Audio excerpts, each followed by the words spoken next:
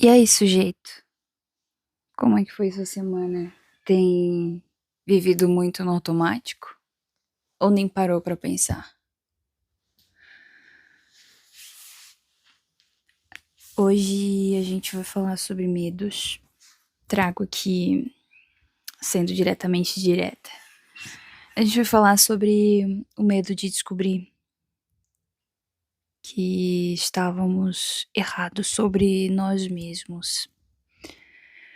E esse é um processo bem comum em vários pontos da nossa jornada de individuação, que a gente acaba sendo sempre se deparando com as nossas próprias certezas sobre as coisas, sabe? A pergunta que eu tenho pra te fazer de início é de que se você já se colocou uma medalha no peito por uma virtude que no fundo era só um mecanismo de defesa. E eu tenho pensado bastante sobre isso, até nas minhas próprias questões, né? E eu vim aqui conversar com vocês a respeito disso, com você que está me ouvindo. Quando eu falo vocês, eu sempre penso no número de pessoas que estamos formando nessa comunidade, mas geralmente é uma conversa bem individual, né? Tipo, eu e você aqui, tipo, eu e tu, você está me ouvindo e eu estou conversando com você, então, enfim.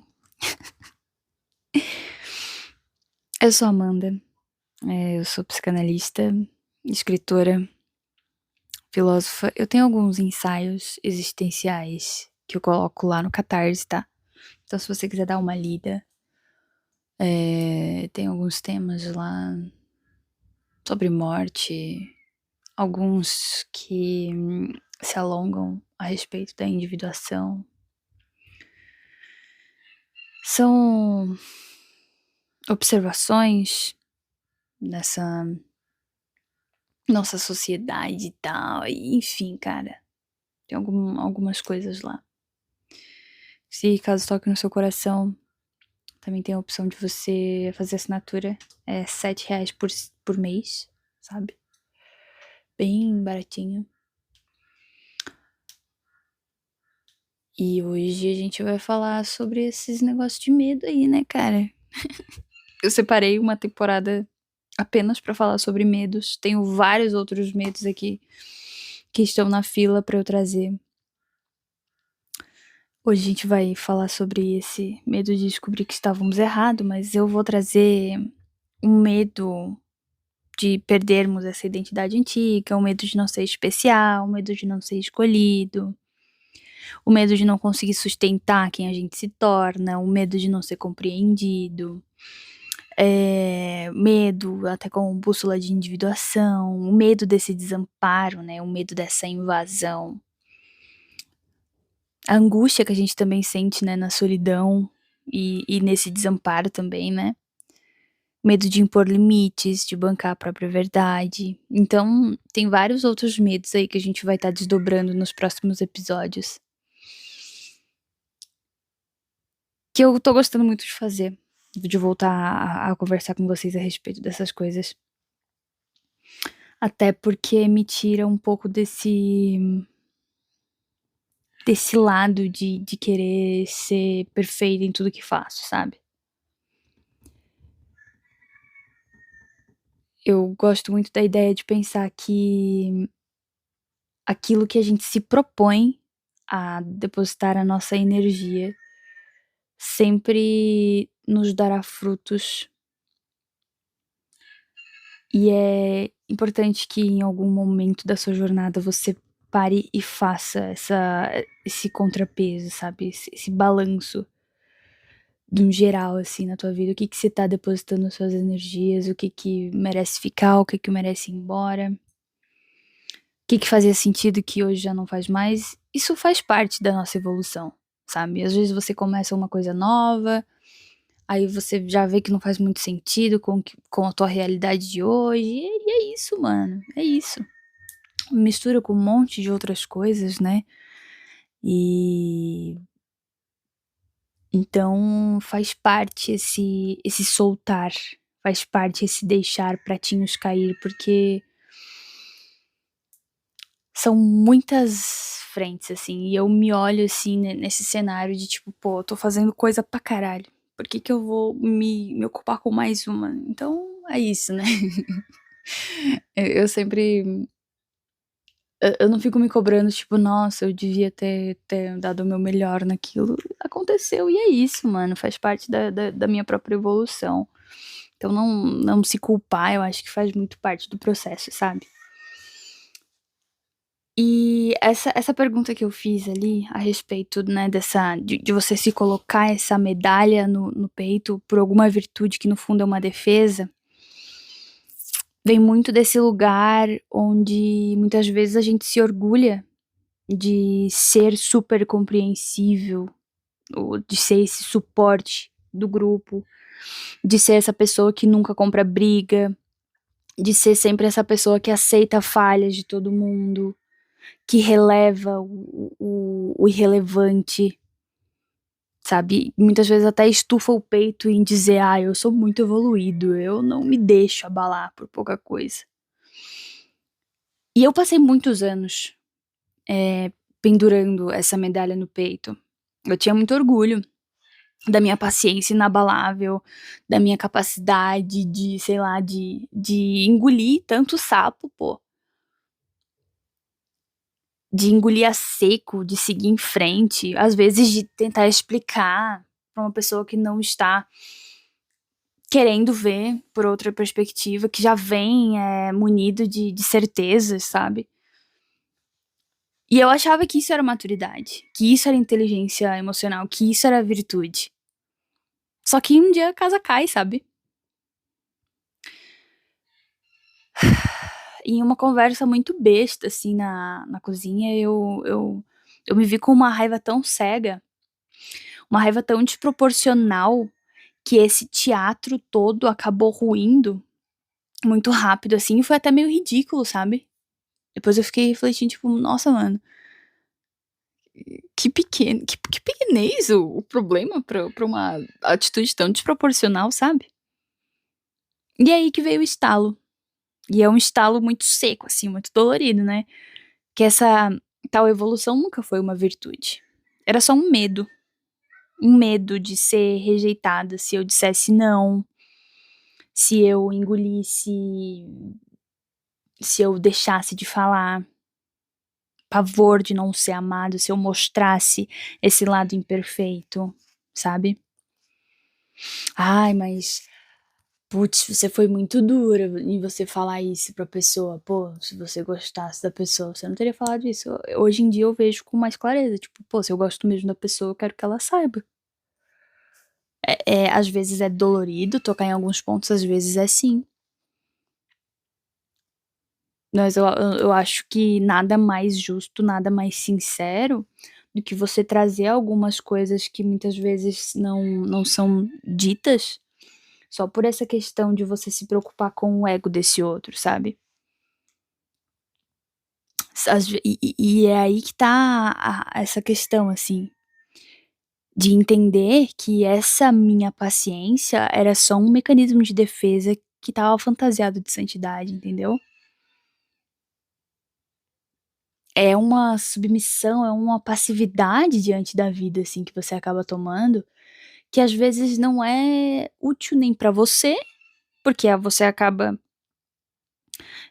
se entrando em situações que não te favorecem, e pro outro, sabe? Descobrir às vezes que a gente está, assim, redondamente errado sobre quem a gente é, dá esse nó no estômago. Imagina só, uma narrativa aí que você passa anos contando pra você mesmo, pra você se sentir especial, simplesmente acaba desmoronando. O ego que esperneia, tentando achar culpados, sempre lá fora, nunca se responsabiliza, entende? Busca qualquer desculpa pra não perder o controle da história. Afinal, ninguém quer admitir que passou metade da vida vestindo essa carcaça falsa, né? E é exatamente ali, quando essa poeira baixa, que essa vergonha passa, que a magia toda começa a acontecer. Porque essa dor de ver o próprio teatro ruir é exatamente o preço dessa liberdade. Porque quando a ilusão cai, a nossa a nossa psique, ela finalmente consegue respirar. Nosso inconsciente consegue respirar. Porque você vai parar de atuar para você mesmo. A ideia é bonita, né, de autoconhecimento, ela vai deixar de ser só uma frase que tá pronta no livro, ela vai passar a doer na sua pele, a virar carne. E é só a partir desse chão rachado que você vai conseguir começar a virar você de verdade, em essência, ser o que se é. Sem esse medo de ser rejeitado, de magoar o outro. Ai, mas se é um fato, você se apega ao fato, entende?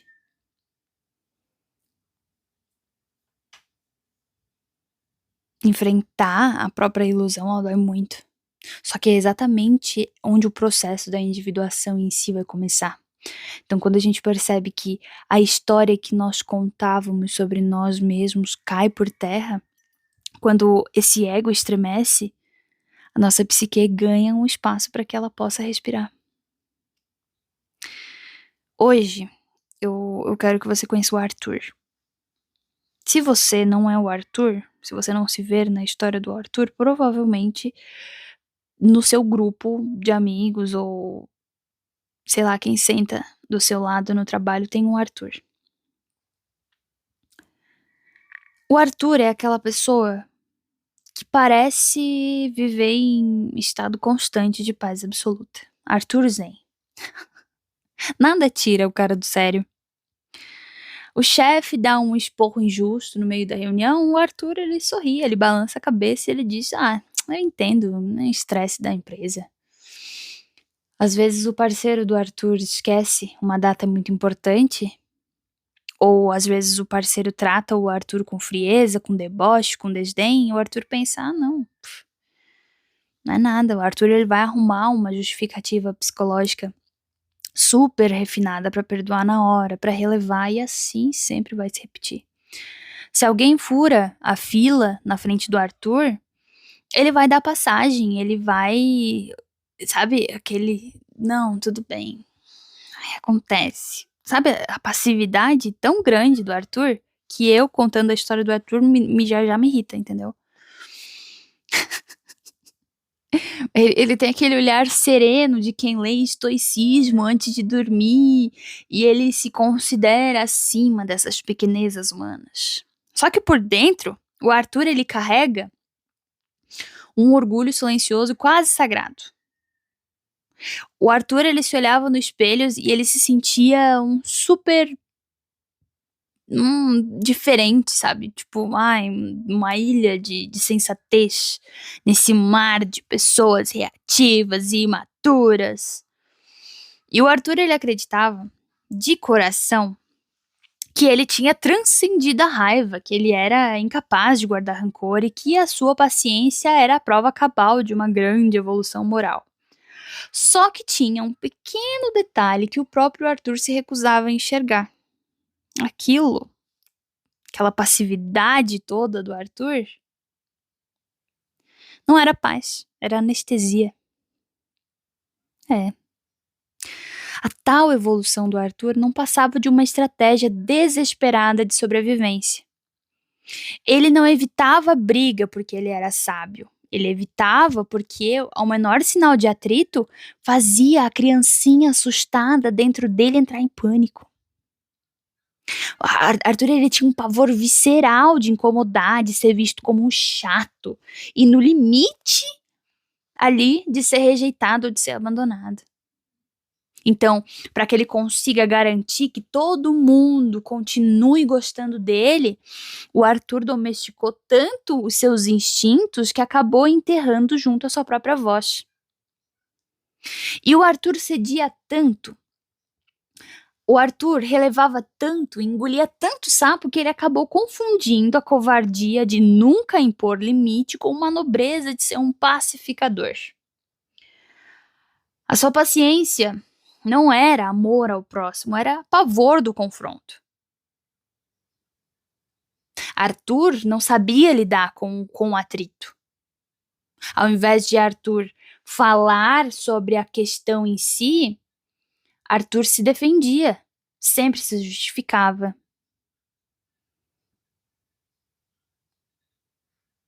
Beirando ao imaturo, às vezes.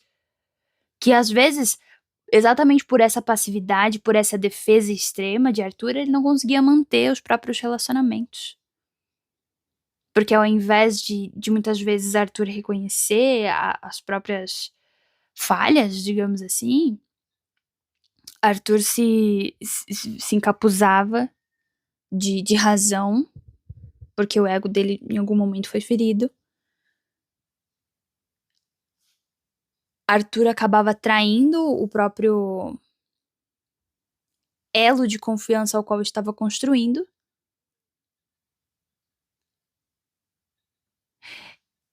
Utilizando de uma vulnerabilidade que o outro contou pra ele e joga na mesa sem mais nem menos.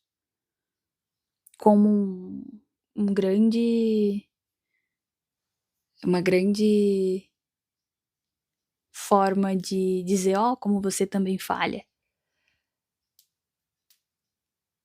Só que Arthur não consegue ver as minúcias. Arthur não consegue ver que ele está tentando se defender nesse momento de atrito. Porque ele não sabe lidar com o confronto. Arthur veste uma armadura reluzente feita de falsa virtude, mas por baixo dela só havia um cara profundamente apavorado, anestesiado, invisível para si mesmo. Quando Arthur se incomoda com alguma coisa, ele não fala nada. Ou ele mascara com piada, com deboche.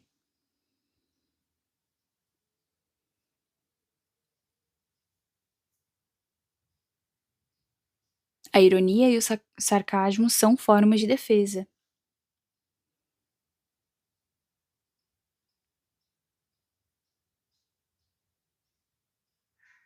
Arthur não sabe lidar com o confronto, e quando Arthur quer tocar em alguns pontos, Arthur utiliza, né, dessas piadolas para poder tentar entrar em assuntos. E quando ele é confrontado sobre o assunto, Arthur se esconde atrás da piada. Ah, nossa, você levou a sério? Putz, era só uma piadinha. Entende? Então nunca se há ali uma conversa madura com Arthur, porque Arthur não consegue lidar com o confronto.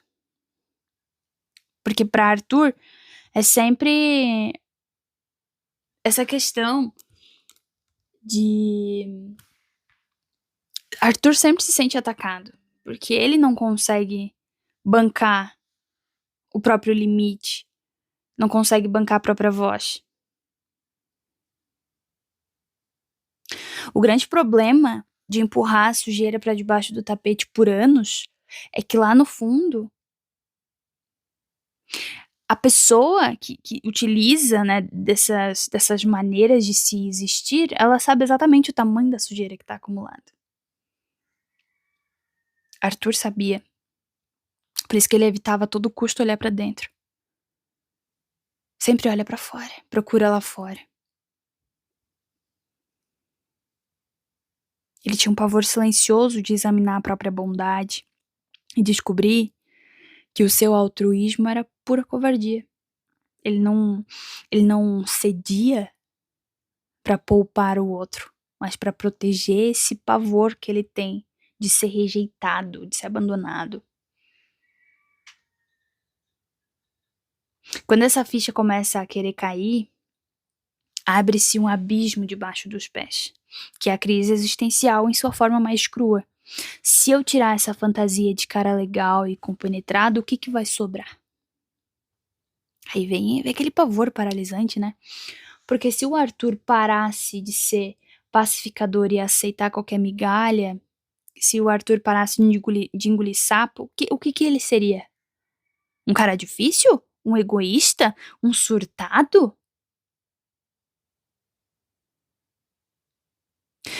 E o medo mais sombrio de todos é que se ele finalmente dissesse um não bem dado,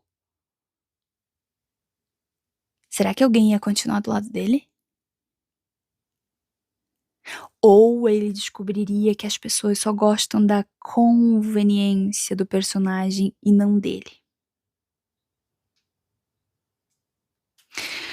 Para uma armadura tão pesada rachar, não basta um pequeno desentendimento.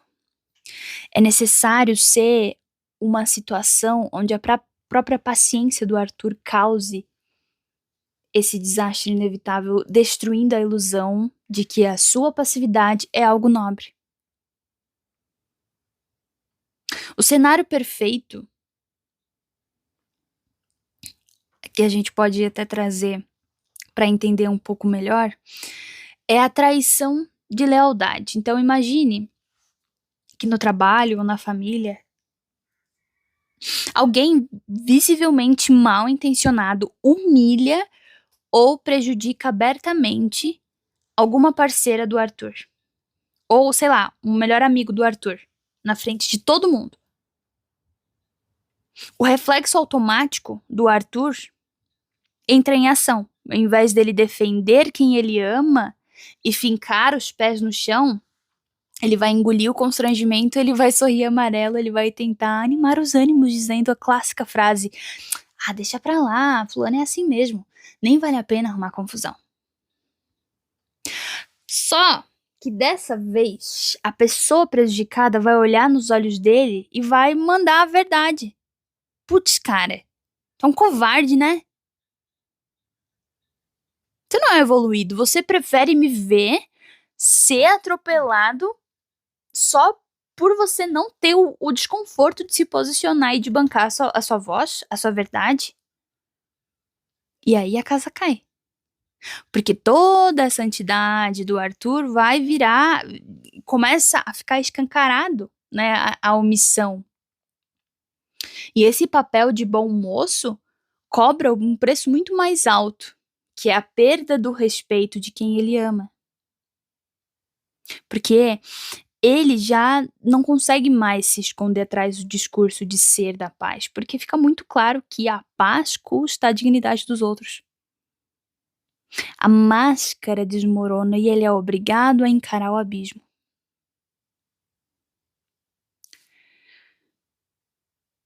A gota d'água veio numa terça-feira qualquer, de um jeito mais cretino e banal possível. Não teve trilha sonora. A gente sabe que na vida real não existe, né?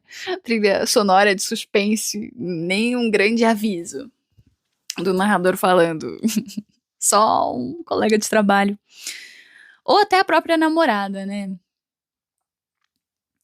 E vira pra ele e diz, com a maior naturalidade do mundo: ah, já fechei as coisas aqui e tomei a decisão por você. Eu nem te perguntei antes porque, eu sei que pra você tanto faz, né? Você nunca liga pra nada mesmo?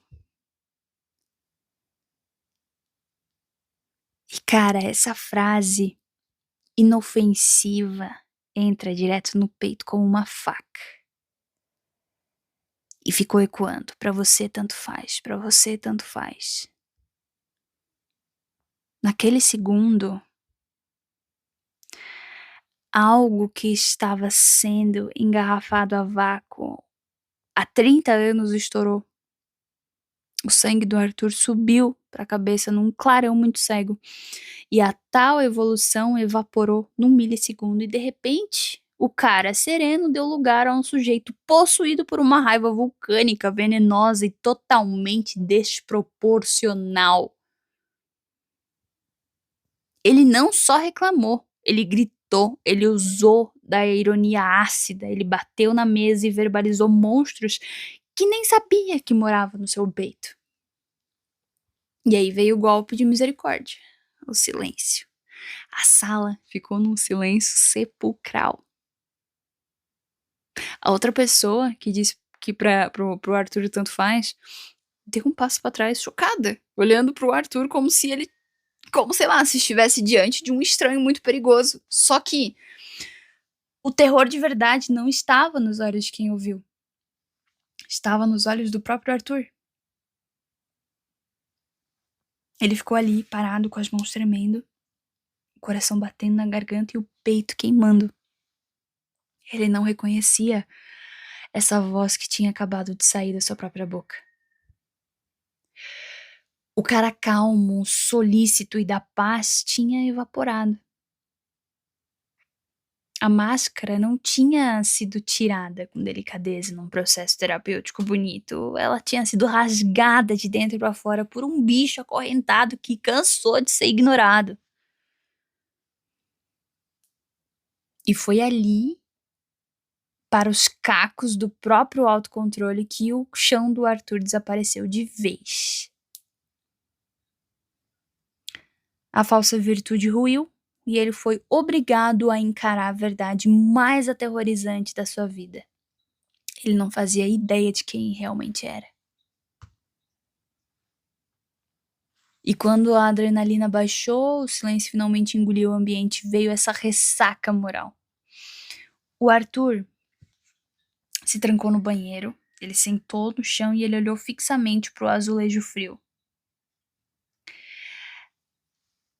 E as mãos dele, a tremedeira nas mãos, acaba dando lugar a uma vertigem gelada no peito. E ali ele percebe que toda a narrativa acabou. Ali, sozinho no escuro, a ficha caiu de um jeito brutal e definitivo. Ele não era uma pessoa iluminada. Ele não era um cara evoluído acima das fraquezas humanas ou o pacificador do grupo. E era uma verdade tão feia, tão indigesta, que ele conseguiu entender que ele era um vulcão de ressentimento reprimido disfarçado de bom moço.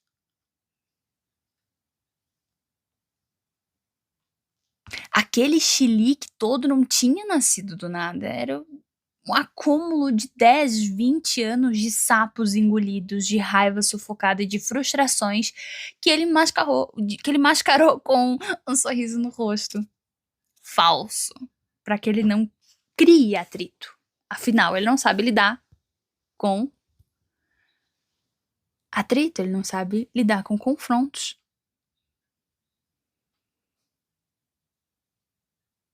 A sensação que veio em seguida foi de ser uma fraude completa, uma falência íntima desoladora. E Arthur começou a repassar a própria história como quem assiste um filme e descobre que o protagonista era um farsante o tempo todo.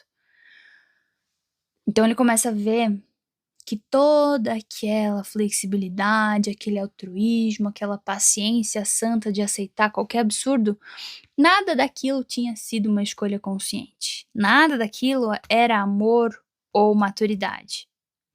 Era só uma coleira que ele mesmo colocou no próprio pescoço para garantir que ninguém fosse embora. A bondade dele era uma moeda de troca muito covarde. Tipo, eu aceito ser pisado por você e em troca você promete não me abandonar. E foi aí que o ego sofreu um golpe fatal.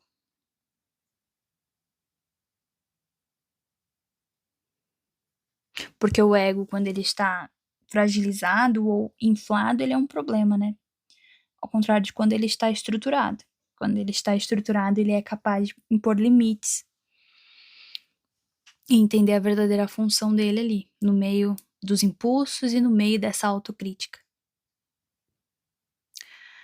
Então, o personagem da vida que o Arthur criou simplesmente morreu. A fantasia de ser um cara legal ruiu e no lugar sobrou um vazio assustador. Como é que você encara o espelho depois de você descobrir que a virtude da qual você mais se orgulhava era, na verdade, a sua maior mentira. Não tinha mais roteiro bonito para seguir, não tinha mais pedestal para se posicionar. Só restava a vergonha crua de perceber que ele passou a vida inteira atuando para uma plateia que nem tinha pedido aquele espetáculo. E cara,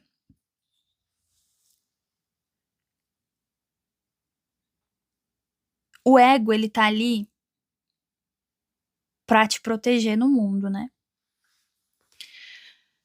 Por isso que, quando ele está bem estruturado, ele vai te ajudar a impor limites e a fazer a mediação desse autocrítico que você tem, desse crítico interno que você tem, e dos impulsos e dos desejos que muitas vezes o teu próprio instinto quer realizar. Esses impulsos hedonistas. Então, quando ele está fragilizado, inflado, ele é muito ardiloso. Porque quando o ego percebe que o teatro todo desmoronou e que o papel do mais virtuoso do grupo foi cancelado, o ego entra em pânico. E para não perder o controle da própria história, ele puxa um mecanismo de defesa reserva. Se ele não pode mais ser o santo, ele vai tentar convencer de que o outro é o vilão da história. E é exatamente aqui que o Arthur ele vai mergulhar de cabeça na culpa. Ele vai começar, ou ele vai trazer que o outro é o vilão, ou ele vai se culpar. Das duas, uma. A culpa ou é para ele mesmo ou no outro. Então ele vai começar a se chicotear. Ele vai se sentir o ser humano mais falso, mais covarde, mais manipulador da face da Terra. Mas a verdade crua dessa história toda é que a culpa é só mais uma vaidade disfarçada. Eu sempre digo, a culpa não serve de nada. A culpa não serve de nada. Você encontrar culpados numa história atual, no presente, não serve de nada.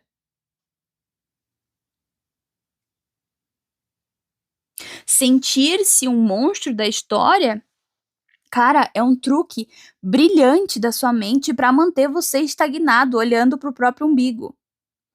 A culpa paralisa, pune e te coloca num papel de vítima de você mesmo.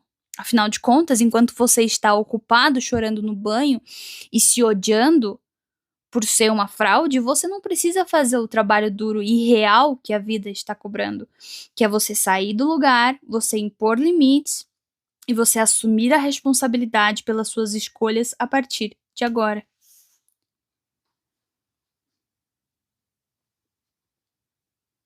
Para sair dessa armadilha, o Arthur e quem quer que esteja se vendo no Arthur precisa entender algo muito libertador, que é necessário tirar o peso moral de cima dessa armadura. O Arthur não construiu essa falsa paciência por maldade, por cinismo ou para enganar os outros. Ele construiu isso por pura e absoluta necessidade de sobrevivência. As pessoas estão a todo momento se defendendo. Uma coisa que eu quero que você coloque na sua mente é que o seu inconsciente, quando ele passa por um trauma, por uma questão que não foi bem resolvida, ele não sabe que aquilo aconteceu no passado, porque o consciente ele não existe Para ele não existe cronologia, não existe tempo, dia, data, ano, mês. Se uma situação acontecer agora que vai remeter a ele alguma situação que ocorreu há 10 anos atrás, o inconsciente dele não vai pensar, putz, isso me aconteceu há 10 anos atrás. Não. O inconsciente vai pensar, putz, tá acontecendo de novo, reage, reage, reage. Foge, corre, luta, se defende, caralho. Entende? Então, se a gente volta a fita, muito provavelmente a gente vai encontrar um Arthur criança que em algum momento aprendeu uma regra muito dolorosa sobre aquilo. Talvez um ambiente hostil, um ambiente autoritário ou emocionalmente negligente, onde a psique dele aprendeu e entendeu que dar trabalho era muito perigoso.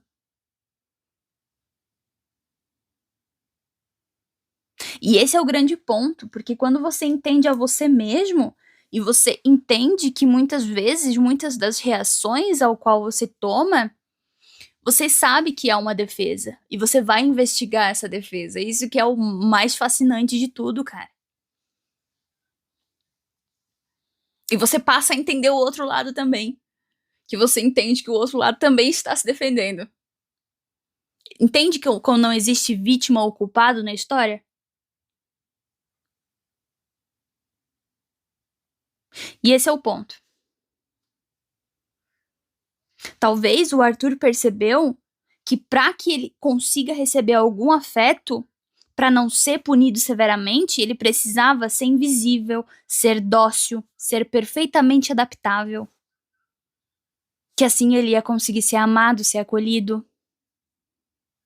Para uma criança, perder o amor ou a aprovação dos cuidadores é sinônimo de morte. Então, a mente faz o que qualquer mente instintiva faria. Cria um escudo, cria uma defesa. Entende como não existe má fé? Não existe um plano maquiavélico. É só uma criança aterrorizada tentando se proteger com as únicas ferramentas que ela tem dispostas ali para ela lidar com o ambiente. O problema do Arthur não é que ele seja uma pessoa ruim. O problema é que ele continuou vestindo essa armadura pesada de chumbo 20 anos depois que a guerra já tinha acabado. Ao invés de ele procurar um espaço onde ele consiga elaborar e entender para o que serve essa armadura, porque é aí que tá, uma coisa é você entender a repetição, e você entender que você repete, e outra totalmente diferente é entender para o que essa repetição serve, entende? Então você só para de repetir a partir do momento em que você consegue entender para o que serve aquela repetição.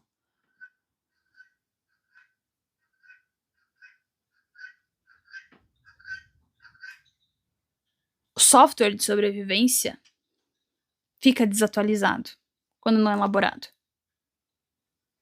Então a pessoa ela cresce, às vezes ela tá com seus 30, 35, 40 anos, e muitas vezes em algumas discussões parece que você tá discutindo com uma criança.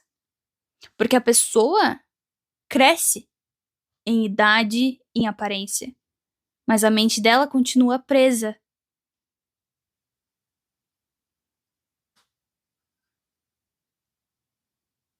Eu encontro vários rapazes de 30 anos, 35 anos que são eternos adolescentes. Que agem como adolescentes.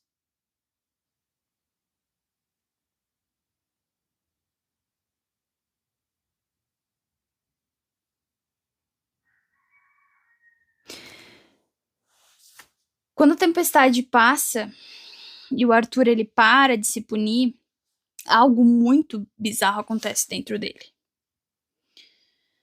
Até um suspiro muito, muito profundo, assim, quase que involuntário.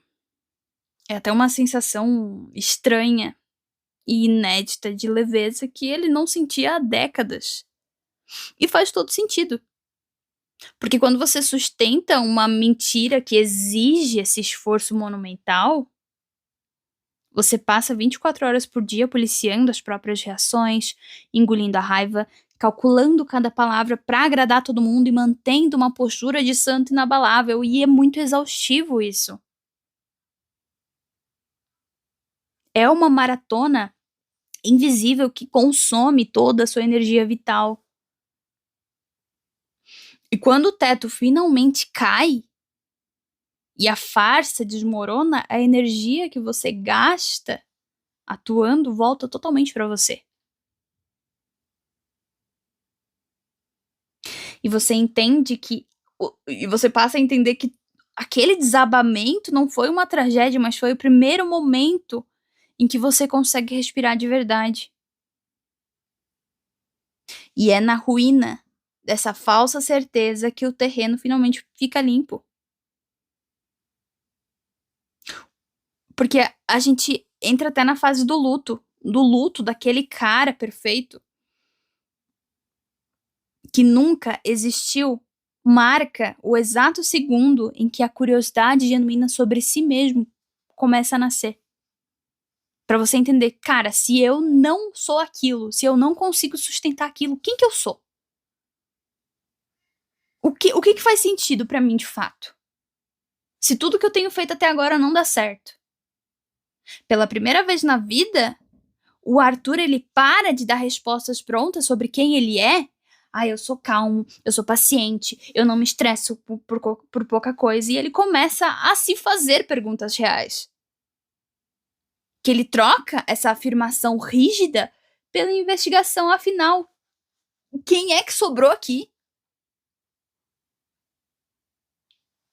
Do que eu gosto de verdade? O que me irrita? Aonde que estão os meus limites? O que a raiva diz sobre os meus limites? É aí que a gente entra na questão. O que o teu sentimento diz pra você? Sobre os teus próprios valores, sobre os teus próprios princípios, o que faz sentido pra ti? Reconstruir a vida a partir desses cacos não significa que você vai virar um egoísta agressivo que sai chutando o balde. Mas significa que você simplesmente vai parar de atuar. Arthur começou a entender que ele podia sentir raiva sem precisar sufocá-la, sem precisar explodir. Ele aprendeu que ele podia dizer um não, eu não quero fazer isso, com uma voz calma, sem precisar dar desculpas, sem precisar justificar, para que ele seja perdoado por ele ter uma opinião, sem se sentir pequeno, sem sentir que ele tá desagradando. Pela primeira vez, as pessoas ao redor dele começaram a conviver com o Arthur de verdade, e não com um personagem conveniente.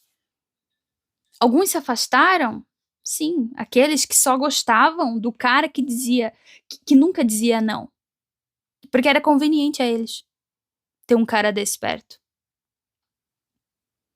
E é nesse momento que você pensa, será que faz sentido pra mim ter pessoas que preferem que eu me apequene ou que eu seja eu mesmo? Entende? Será que faz sentido pra mim ter pessoas que preferem que eu omita a verdade, ter pessoas que preferem que eu agrade o ego delas? Ou pessoas que conseguem bancar uma conversa real? Os que ficam são o que trazem relações reais. São os que fincam, na verdade, porque agora eles convivem com uma pessoa de carne e osso. E a queda dessa máscara é uma dor que liberta. É o momento exato em que o teatro fecha as cortinas para que você possa finalmente existir.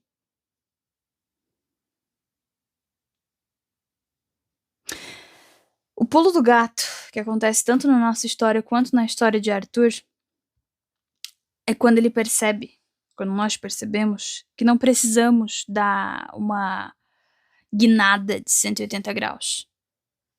Às vezes, ele não precisa virar um sujeito grosso, um sujeito reativo, que anda de cara fechada e que arruma briga por qualquer besteira só pra provar que ele ficou forte. Porque isso seria trocar a armadura de bonzinho pela armadura do ignorante. A verdade consciente de chave é sair do piloto automático defensivo e pisar no terreno da escolha consciente. Porque o Arthur, ele olha para aquela agressividade que ele passou a vida inteira reprimindo e ele entendeu algo muito fundamental. Ele entendeu que a raiva não é a vilã. A raiva é a energia vital que nos faz impor limites. A raiva, ela é o nosso alarme dizendo que daqui você não passa.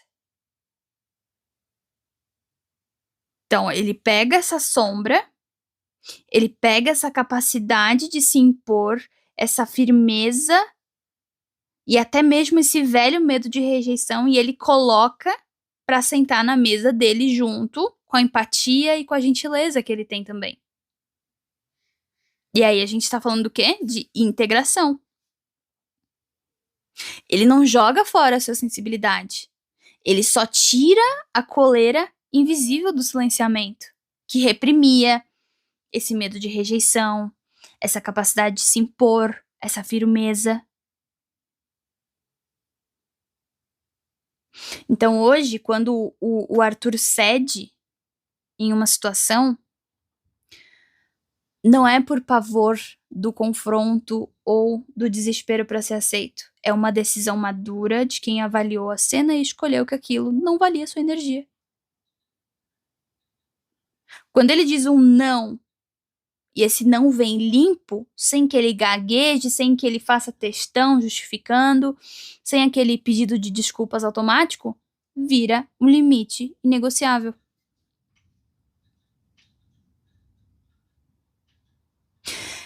Arthur finalmente entende, depois que ele elabora e ele entende que por detrás da sua passividade existe essas sombras, que eu falei que ele convida para sentar na mesa, é necessário a elaboração, tá? Ele entende que a paz de verdade não é a ausência de conflitos, mas é a certeza de que você não vai mais se trair para manter o outro por perto.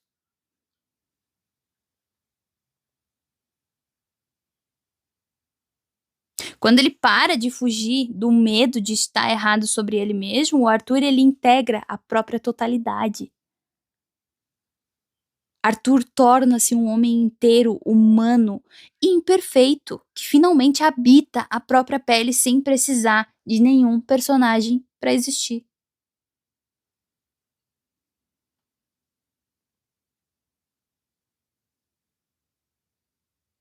Olhe para sua vida agora. Se você vasculhar bem aí dentro, quais são as suas certezas absolutas que você carrega sobre quem você é hoje? Todo mundo tem aquela frase pronta que repete como um mantra de identidade, né?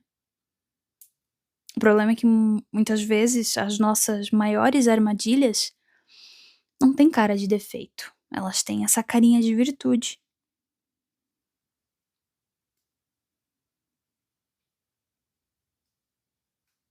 Elas são como uma coleira de ouro que brilham, que rendem elogios, que fazem você se sentir muito bem. Só que lá no fundo,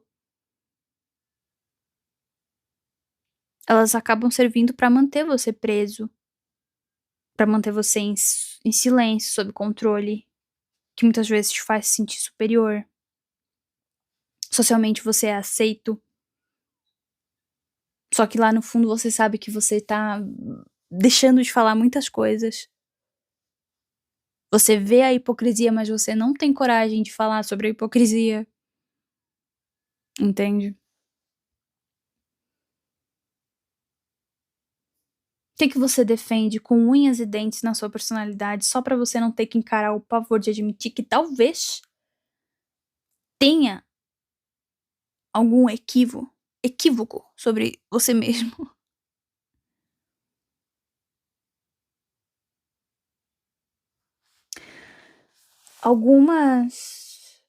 Tem algumas máscaras que a gente acaba vestindo que a gente não consegue tirar depois de um tempo. Que a gente não sabe o que vai se mostrar, né, por detrás dessa máscara. Um pouco de receio até do que vai ser, né, o que vai se mostrar por detrás. E muitas vezes, a máscara que a gente acaba vestindo é do forte o tempo todo. Porque muitas vezes você bate no peito dizendo que você aguenta qualquer tranco, que você não precisa de ninguém. Mas será que isso é uma força? Ou é só um pavor paralisante de desabar, de demonstrar vulnerabilidade e de descobrir que não tem ninguém lá pra te segurar?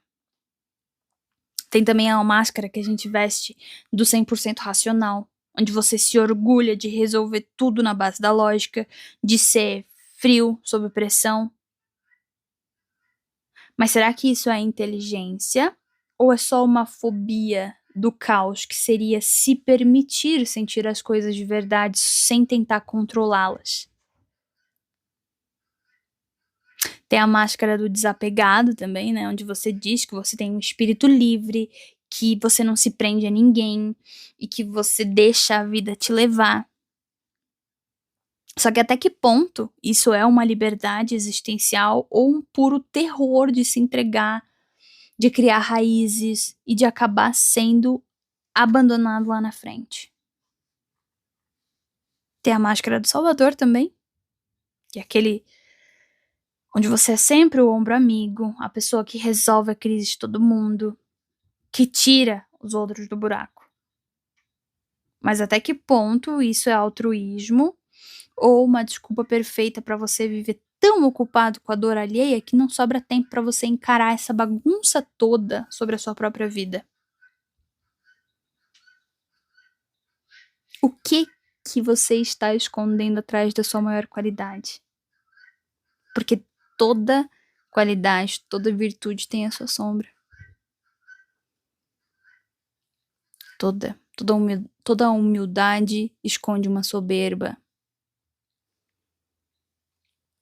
Isso é um exemplo, né? Luz e sombra. É necessário que haja sombra para que a luz consiga emergir. Entende? Quando você tem a coragem de arrancar essa máscara e olhar para sua própria sombra, a dor inicial ela é inevitável. Só que o alívio que vem depois, esse alívio ele não tem preço. E é aí que você para de sobreviver como um personagem e você começa de fato a existir. A grande tragédia da existência não é quando o mundo te engana, é a descoberta aterradora de que você foi, ao mesmo tempo, o arquiteto, o ator e a vítima da sua própria ilusão. A gente passa a vida inteira construindo uma catedral de certezas e de virtudes só para se proteger do vazio que vem depois de descobrir que a pedra fundamental dessa estrutura era só uma mentira conveniente que você contou para você não ter que crescer. Crescer dói.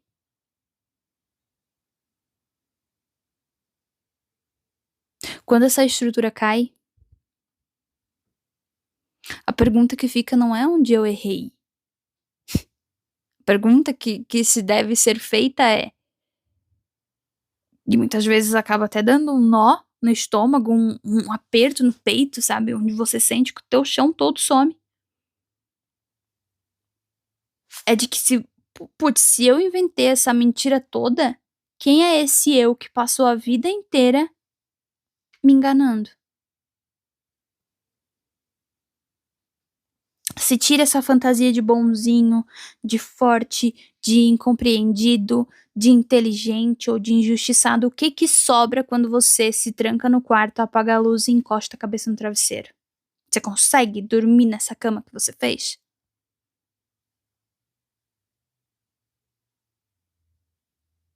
Não existe consolo bonito nem abraço quentinho no final dessa jornada.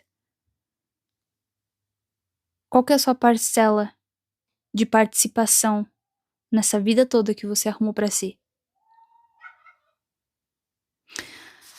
A real é que a liberdade existencial, ela não vem acompanhada de um certificado de maturidade, mas ela vem acompanhada de uma tontura gelada e do peso esmagador de perceber que não há nenhum roteirista externo guiando a sua vida.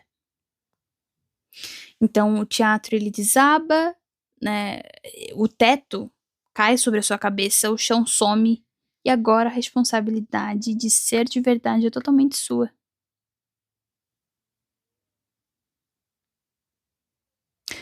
Boa sorte por tentar dormir hoje à noite, tá? O espelho tá lá no banheiro te esperando. Dá uma olhadinha lá. Troca uma ideia contigo. Aconselho fortemente para que você consiga ver coisas que você não vê. A análise, cara. Não precisa ser necessariamente comigo, né? Mas busque análise, cara.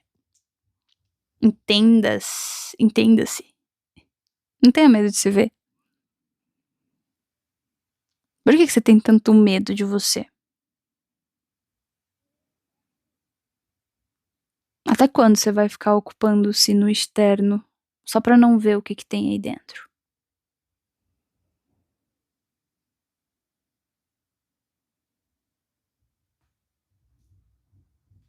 Obrigada por sustentar esse pensamento comigo.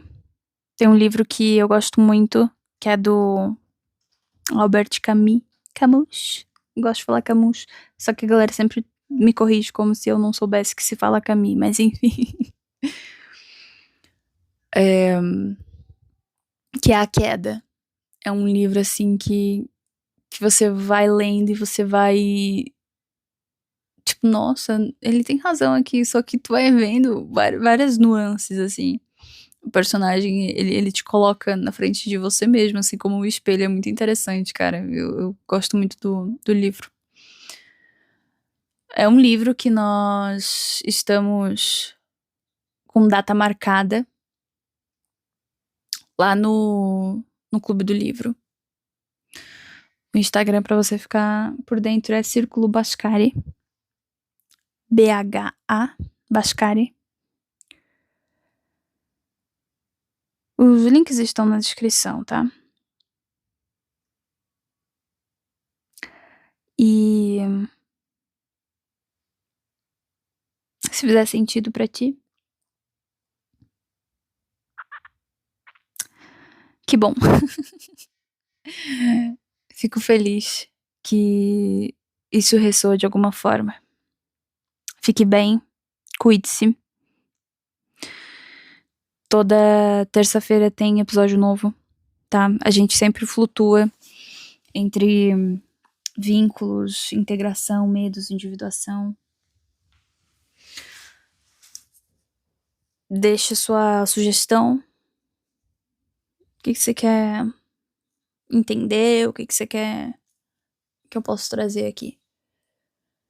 Fique bem. Caso você queira uma análise comigo, o link está na descrição. Acompanhe-me nas outras redes. Fique bem.